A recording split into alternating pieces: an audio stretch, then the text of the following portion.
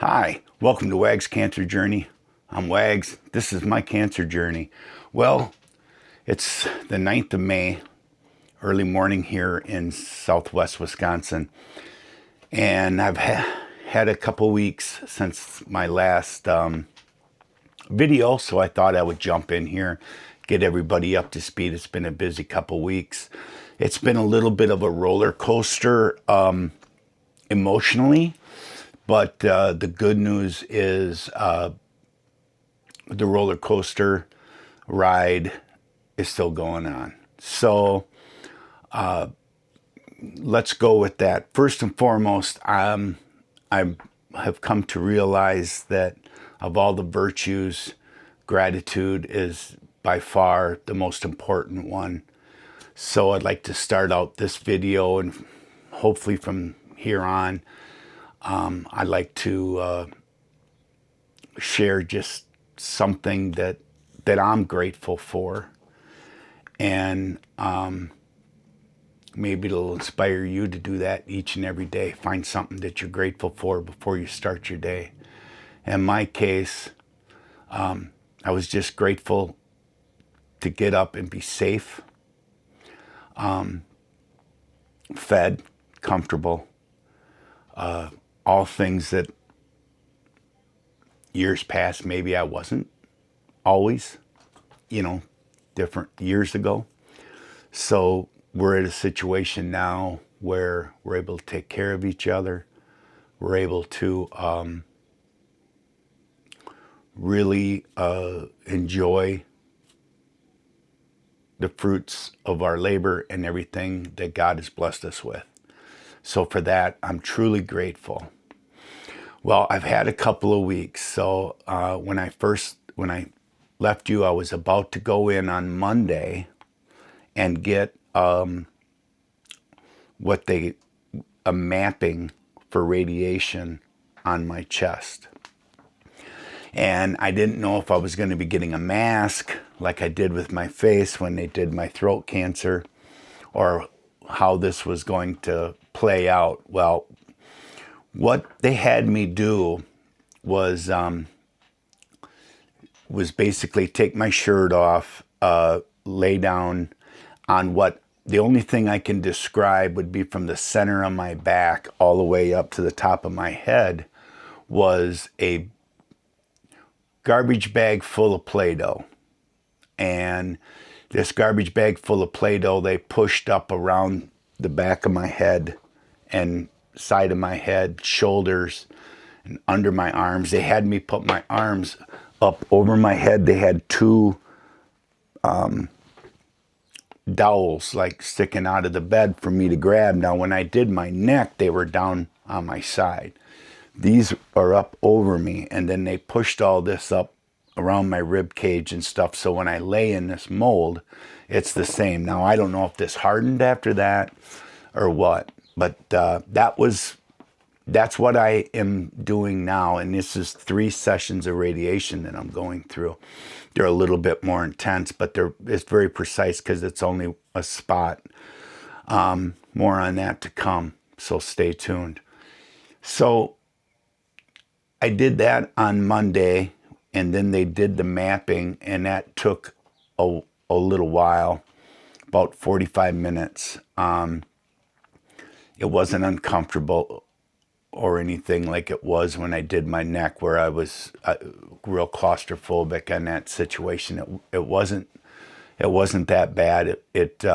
Your stress level goes up a little bit, especially when you've already gone through it and wasn't able to do it without some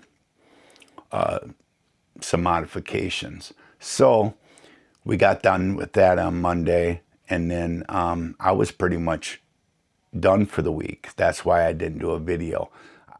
This week I went in on Wednesday, and I did radiation and seen Dr. Burr. Had a nice visit with him. Thursday, eye appointment. Yesterday, I seen palliative care, which I went and talked to them, and then went to the west side. That was over on the east side. Then the west side, I went over there for more radiation. So it was a very busy week. Dilated my pupils, the whole 9 yards. So let's go back. We can start with the first radiation. I kind of got a little freaked out, and I know people are going to go through this. That's why I kind of want to bring it up. I got in there, and they look at everything, make sure everything's good. Then they got to get the doctor in there, and I had to okay it. He has to bless it. Well, I'd kind of forgotten about that. Coffee time. Because I finished up radiation in July of 2025. So this is my first actual radiation since then. So I was getting a little anxious and nervous because, for one, the radiation machine was over here and my cancer's over here. And I'm like, oh boy, they found more cancer. You know, it's spread. They're not sure what they need to zap now because it's all over. And I was feeling a little anxious and stuff. And finally they came in after quite a pause and said, no, we're good to go. And they did the radiation. Well, after that, I had to go down and sit with Dr. Burr. Well, Dr. Burr explained to me it wasn't the fact that there was more cancer. The good news is they couldn't find the cancer. It was so small, it had shrunk. Because of this medicine, we can only assume, we're hoping, that from the time they did the PET scan to the time that they mapped it was smaller. From the time they mapped it, a week later, they got me in there. They had a hard time finding this cancer. So Dr. Burr used, and again, we recorded this conversation with Dr. Burr so I could read the transcripts, and I read them this morning.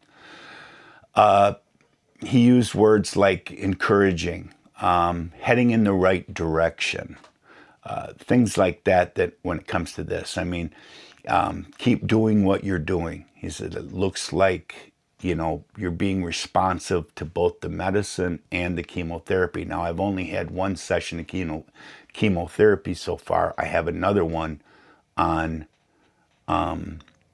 Wednesday. So those were very uplifting words to me. Those really took me, made me believe that everything I'm doing is going in the right direction. Things are working. This is going to shrink. Then he informed me that I had misinterpreted what he had talked about earlier when I said that, and I think I've mentioned it on the channel, that doing radiation on the neck for a second time doesn't normally work. And it's pretty unresponsive is the word I believe I thought he used. But he told me that's not necessarily true. Under the circumstances, with everything I had going on with the cancer in my chest, seeing if that was going to spread, if this is going to spread in the neck, and we don't know if it is or isn't yet. PET scan, I think, in June. So that being said, he said that if we get this taken care of with the radiation and this doesn't go anywhere and it's very manageable and it doesn't spread, he's not against going in and do radiation and trying to zap this completely out of my body instead of just keeping it at bay with the chemo and, you know, the immune therapy and the experimental pill. So that was more encouraging. I could see it in his face that he was encouraged, that he was like, we have a real chance of making this man cancer free again, of putting this in remission, bare minimum. So pretty excited about that. Thursday, I had my eye doctor's appointment. I read the bottom line on the eye chart, all the way at the bottom. The one above it I know is 2013. I don't know what the bottom line is. I'm sure somebody does out there. Bleep bloop it in the comments. And actually, this is a good time to hit like and subscribe if you haven't. But follow me on this journey, and I'll let you know how I feel and what things are going on. So I don't know how my eyes are getting better. All I'm doing is the medication that I'm supposed to be doing, but my eyes have gotten better. I'm down 2 lines from when I started. And that was 2020. It was actually better in 2020. It's like 2015. Now it's 2013. Is this 2011? I don't know. But I can read the bottom line. It almost says made in Indonesia. But I've got it.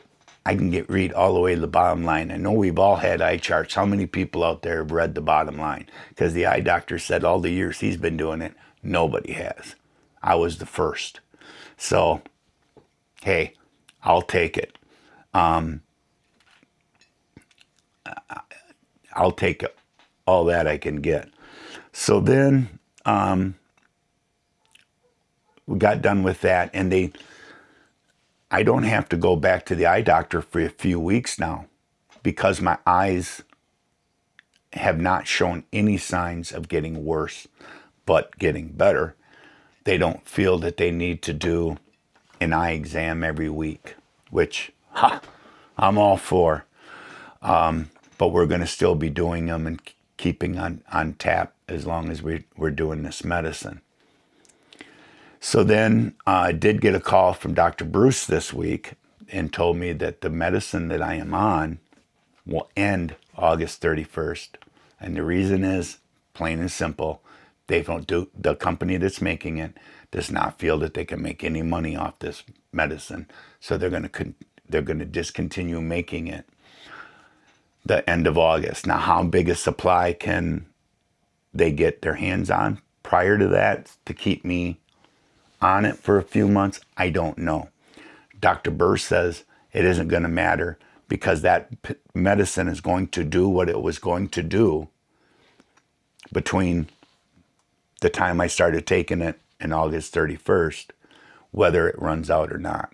It's either not going to work or it's going to have done its job. So I'm hoping it's already going to have done its job and we'll be good to go. I could go for a little remission. Seriously. Again, I apologize. Friday, I went in to the east side first and sat down with another doctor, and his name was Eric Marty. And now he has joined my team. He is a palliative care doctor. And it was the first time we talked, so it was a lot to get to know one another and what my life has been like up to this point. And in order for him to start figuring out how I'm dealing with things, he's kind of got to know a past, right? So we did a lot of that. But what I got out of that was how reassuring it was that these emotions that I have are very normal. They're very, actually, I think he used words like, I'm pretty mild compared to what some people go through. So I'll take all that as a win. I'm not, this has definitely humbled me and made me realize I'm not as strong as I think I am, because it puts things in perspective, and you realize that, just how precious everything is, but you also realize that, some of this stuff really digs at you. And, and he asked the right questions. Ask questions like, does this, because of your prognosis, does it keep you up at night? Well, yeah. Are you able to function? Do you feel you're able to function as good as you did prior to the prognosis? No. It's all you think about. So, and he says this is all normal stuff. So I look forward to more sessions, I guess, with him.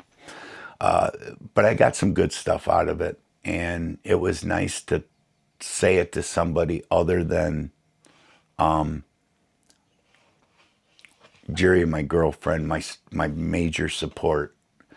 She's heard it all, and she's very supportive. But it was nice to get it off your chest to somebody else and then have them reassure you that this is all normal. So at the end of the week, I really come out with some real positive vibes, real positive outlooks. Hope just got bigger, and things don't look nearly as bleak, and I mean, we're not going to throw in the towel. We're just going to wipe off the sweat with it and keep going. And I recommend each and every one of us do the same, because we're all fighting battles. So that's the appointments. How do I feel? Well, the chemo has reared its ugly head. I developed a cough, and you may see some jump cuts in this video because I may have a coughing spell, and I'll try to cut them out so you don't have to go through that. But it's pretty intense, and also very short of breath. I don't have the stamina. It's making me tired all the time. It's zapping a lot of because they're doing, my body's doing what, these are all good signs, by the way, folks. This is not, oh, poor me for having that. No, good. Because this is a sign that what they're doing is working. They're throwing gas on the fire of my immune system. The pill is keeping the fire lit. The chemo throws the gas on it, and it really ignites this immune system to fight this cancer. And obviously, if it didn't have anything to fight, it wouldn't be a big flare up. But the cancer's the wood. It's there. They're throwing gas on it for that to burn up. Well, it takes a lot out of me when your body's fighting this cancer and fighting these cells. This cancer doesn't want to die. It takes a lot out of you. So the tiredness, the headaches, which I do have, at least some of the headache is because of this. Some of it, my blood pressure went a little high, and I started on some blood pressure medicine to make me lower that. We're throwing everything at it. It's precautionary more than anything. My blood pressure's not that high, but higher than I'd like to see it. And, I'm not going to go through all this and then die of cardiac arrest because I had high blood pressure. So let's just nip it. So we went to tired, lack of energy, big time. Stamina. You just get wore out easy. And because of that, the good news on that side is I think I sleep a little better. My mind isn't constantly thinking about dying because I'm tired. I may not have got much done during the day. I might only just cut some grass or whatever. You know what I mean? But it took a lot out of me. And it helps me sleep at night because I'm tired. Because, but my body's fighting this. Emotionally, again, I'm in a real good place. I got such a great support team with Jerry and Amanda and Darlene and Amanda's mom, Frances, and everybody. Just my brother. I went to the races last weekend with my brother, whom I haven't seen in a long time, and we had a great time. I got home, pretty much went right to bed. It kicked my butt. Just sitting there watching the races in the sun was enough to. I slept for 8 hours practically. So it took a lot out of me, but it was a fun time. And actually watched some pretty good races. Joe Shear Classic was a good time. And it was a beautiful day. So I am getting out. I am doing some of these things that I want to do. And my brother and I both agree we're going to do more of this. And whether we meet at the Dells or wherever, we're going to catch some more races. There's a lot of stuff to do. The weather's broke. It's warm here in southern Wisconsin. Lots of stuff going on. I'm looking forward to all of it. Might be short windows. I might do it for 4 or 5 hours. All this is going to pass. I will get my strength and stand on my back once my body is done fighting this cancer and the wood is ashes and there's nothing left. My body won't be fighting all this off. But for right now, I know I'm in a fight. I'm going to keep embracing this suck, and we're just going to go forward with all this. So, I appreciate everybody coming along for this journey. Again, without you folks, I wouldn't be here. Again, I will have my email address in the below in the description. So if you want to send out a personal word of encouragement other than just comment on the video, please, by all means, comment on this video, because the comments on this video is what gets this in front of other people that are looking up the words that I have on here as trips, like throat cancer, chemotherapy. So if somebody's looking up chemotherapy because they're about to go through it, my video will show up in front of them if it has enough likes and if it has enough comments. So then maybe, just maybe, we can help one more person. And I'm greedy. I want to help at least 2 more people. Want them to trip on to my videos and see that somebody else is going through what they're going to go through, and they're making it, and they're making the best out of it, and they can do the same thing, and it encourages them to do that. And hey, if I can change one person's attitude towards this, and they go into this fighting with a sword, it's worth it to me. So please help me. Give me a comment. Send me a message if you need to. If you have any questions, if you have any concerns, don't be afraid to reach out. The prognosis hasn't changed, but my demeanor towards it definitely has. For Jim, Weg's Cancer Journey, I will check in a week or 2. For now, you take care of each other. We'll see you next time.